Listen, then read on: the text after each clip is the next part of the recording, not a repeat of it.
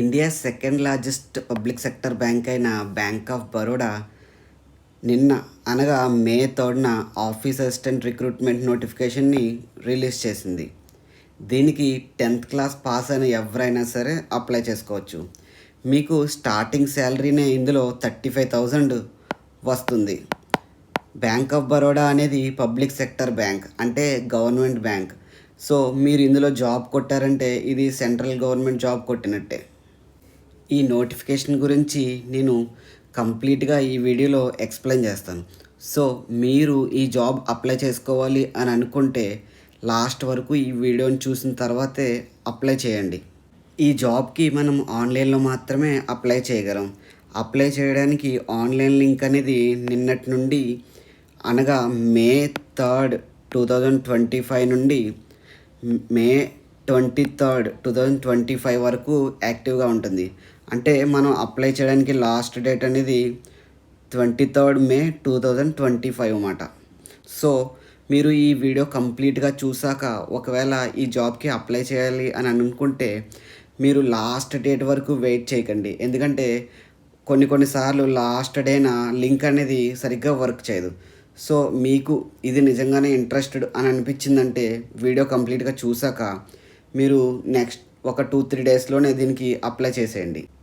Number of post విషయానికి వస్తే ఆంధ్రప్రదేశ్కి 22, తెలంగాణకి 13, మొత్తం 35 పోస్ట్స్ అనేవి ఉన్నాయి. ఎలిజిబిలిటీ విషయానికి వస్తే మినిమం 10th క్లాస్ పాస్ అయ్యి ఉండాలి. ఎవరైనా 10th పాస్ అయిన తర్వాత చదువు ఆపేసిన వాళ్ళు ఉన్నా are intermediate or degree pass అయిన వాళ్ళు ఉన్నా కూడా ఈ పోస్ట్కి అప్లై చేసుకోవచ్చు. ఇక రోల్స్ అండ్ రెస్పాన్సిబిలిటీస్ విషయానికి వస్తే జనరల్గా ఈ ఆఫీస్ అసిస్టెంట్ అంటే సబార్డినేట్ స్టాఫ్ ఎవరైతే ఉంటారో వాళ్ళు బ్యాంక్ డాక్యుమెంట్స్ని ప్రాపర్గా మెయింటైన్ చేయడం, వోచర్స్ని ప్రాపర్గా మెయింటైన్ చేయడం అండ్ బ్రాంచ్ని క్లీన్ అండ్ నీట్గా మెయింటైన్ చేయాల్సి ఉంటుంది. ఇప్పుడు చాలా ఇంట్రెస్ట్ అయిన టాపిక్ ఏంటంటే స్కేల్ ఆఫ్ పే. మెయిన్ మనకు కావాల్సింది దీనికోసం కదా ప్రతి ఒక్కరు పనిచేసేది. స్కేల్ ఆఫ్ పే అనేది మనకి బేసిక్ 19,500 నుంచి స్టార్ట్ అవుతుంది. సో బేసిక్ 19,500 ఉంటే దానికి ఎలవెన్స్లు అన్నీ కలిపి మనకి అకౌంట్లో 30 నుండి 35,000 వరకు శాలరీ అనేది వస్తుంది. సో ఈ కిందే వీడు మెన్షన్ చేశాడు ఏమేమి మనకి బ్యాంక్ అనేది ఏమేమి ఎమోల్మెంట్స్ని ఇస్తుంది అనేది.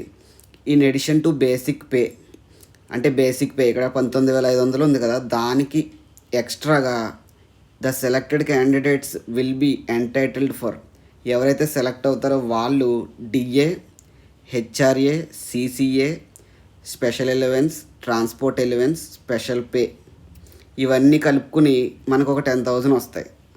10 నుంచి 15,000 మధ్యలో ఉంటాయి.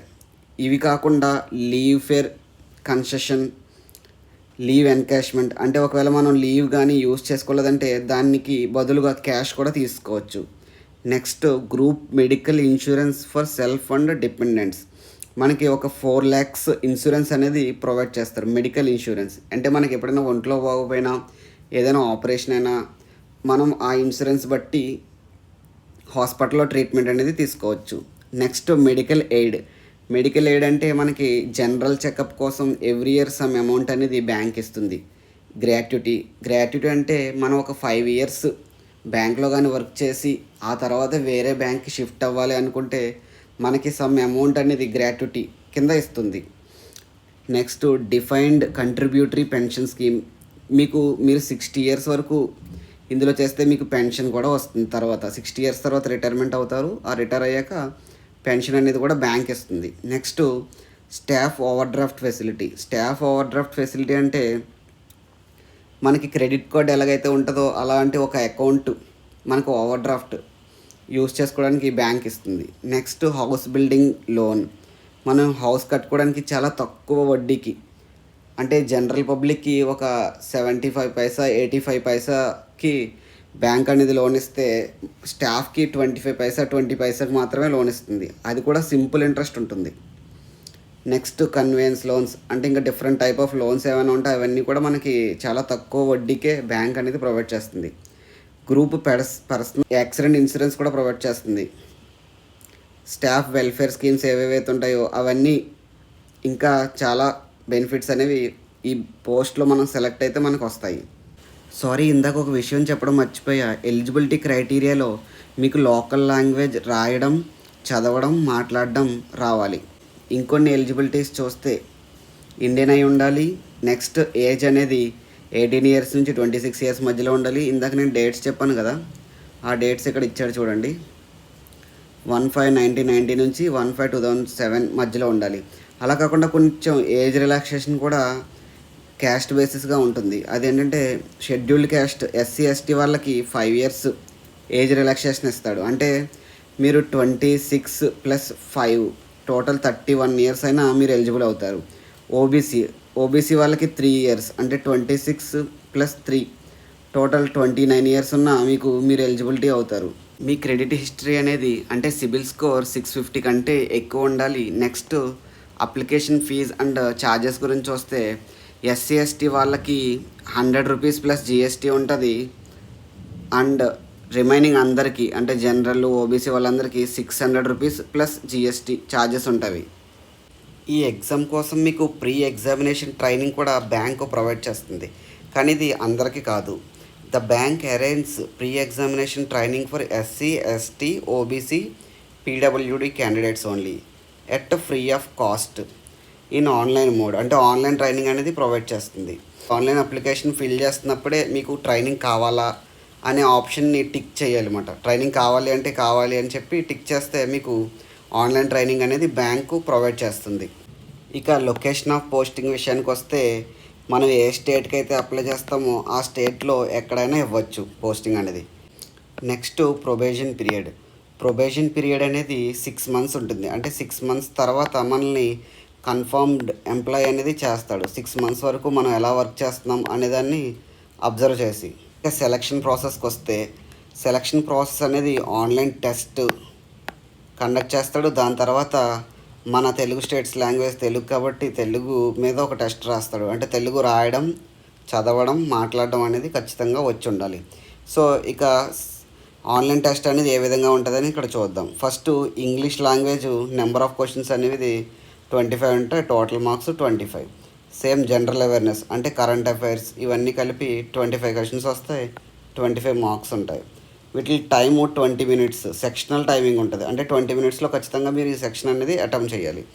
నెక్స్ట్ ఎలిమెంటరీ అర్థమెటిక్ అంటే మనకి మేబీ 10th క్లాస్ వరకు ఏ మ్యాథ్స్ ఉంటాయో వాటి మీదే చాలా లో లెవెల్లో, హై లెవెల్ అస్సలు ఉండదు, లో లెవెల్లో మాత్రమే ఈ మ్యాథ్స్ అనేవి ఇస్తాడు.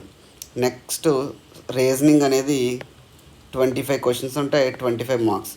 టోటల్ 100 క్వశ్చన్స్ ఉంటాయి, 100 మార్క్స్, 80 మినిట్స్ అనేది టైం ఇస్తాడు. సో ఏ లాంగ్వేజ్లో మనం ఈ ఎగ్జామ్ రాయొచ్చు అని చూస్తే ఆంధ్రప్రదేశ్లో ఉండేవాళ్ళు ఇంగ్లీష్లో కానీ, హిందీలో కానీ, తెలుగులో కానీ 3 లాంగ్వేజ్లో మనం ఎగ్జామ్ రాసుకోవచ్చు. నెక్స్ట్ తెలంగాణలో ఉండేవాళ్ళు ఇంగ్లీష్, హిందీ, తెలుగు, ఉర్దూ ఈ 4 లాంగ్వేజ్లో తెలంగాణలో ఉండేవాళ్ళు ఎగ్జామ్ అనేది రాసుకోవచ్చు. మనకి ఇక్కడ పెనాల్టీ ఫర్ రాంగ్ ఆన్సర్స్ అని కూడా ఉంది. అంటే 100 మార్క్స్కి ఎగ్జామ్ అనేది పెడుతున్నారు కదా, మనకి కరెక్ట్ అని తెలిస్తేనే మనం అటెంప్ట్ చేయాలి. లేదంటే మనం అటెంప్ట్ చేసిన ప్రతి క్వశ్చన్కి 0.25 అనేది మైనస్ అయిపోతుంది రాంగ్ ఆన్సర్కి, ప్రతి రాంగ్ ఆన్సర్కి. ఎగ్జామినేషన్ సెంటర్ విషయానికి వస్తే మనకి విశాఖపట్నం, గుంటూరు, విజయవాడ, హైదరాబాద్, కరీంనగర్, కర్నూలులో మాత్రమే ఆంధ్ర అండ్ తెలంగాణలో ఈ సెంటర్స్ మాత్రమే ఉన్నాయి. మీరు ఈ పోస్ట్కి అప్లై చేయడానికి ఈ వెబ్సైట్కి అనేది వెళ్ళాలి. మీరు www.bankofbaroda.in career.htm అప్లై చేయడం అనేది మనం మొబైల్లో చేయలేం. మీకు ఓన్ కంప్యూటర్ ఉంటే కంప్యూటర్లో కానీ ఆర్ ఏదైనా నెట్ సెంటర్కి కానీ వెళ్ళి అప్లై చేయాల్సి ఉంటుంది. ఆఫీస్ అసిస్టెంట్గా జాయిన్ అయ్యి ఇంకా లైఫ్ టైం ఆఫీస్ అసిస్టెంట్గానే అంటే ప్యూన్గానే ఉండిపోతామని ఏమీ ఉండదు. వన్స్ ఆఫీస్ అసిస్టెంట్గా జాయిన్ అయిన తర్వాత 3 to 5 ఇయర్స్ మీరు ఆఫీస్ అసిస్టెంట్గా చేస్తే దాని తర్వాత ఇంటర్నల్ ఎగ్జామ్స్ రాసుకుని క్లర్క్గా ప్రమోషన్ తీసుకోవచ్చు. క్లర్క్గా మీరు 3 to 5 ఇయర్స్ చేసిన తర్వాత మళ్ళీ ఇంటర్నల్ ఎగ్జామ్స్ రాసి ఆఫీసర్గా ప్రమోషన్ తీసుకోవచ్చు. మళ్ళీ ఆఫీసర్గా 3 ఇయర్స్ చేశాక మేనేజర్గా ప్రమోషన్ తీసుకోవచ్చు. సో దీంట్లో మనకి కెరీర్ గ్రోత్ చాలా ఉంటుంది. సో ఇది బ్యాంక్ ఆఫ్ బరోడా నోటిఫికేషన్ గురించి కంప్లీట్ డీటెయిల్స్. మీకు కనుక ఏమైనా డౌట్స్ ఉంటే కామెంట్ సెక్షన్లో ఖచ్చితంగా కామెంట్ చేయండి. నేను ప్రతి కామెంట్కి రిప్లై ఇస్తాను. సో నా కంటెంట్ కనుక మీకు నచ్చినట్టయితే నా ఛానల్ సబ్స్క్రైబ్ చేసుకోండి. Know your bank. Jai Hind.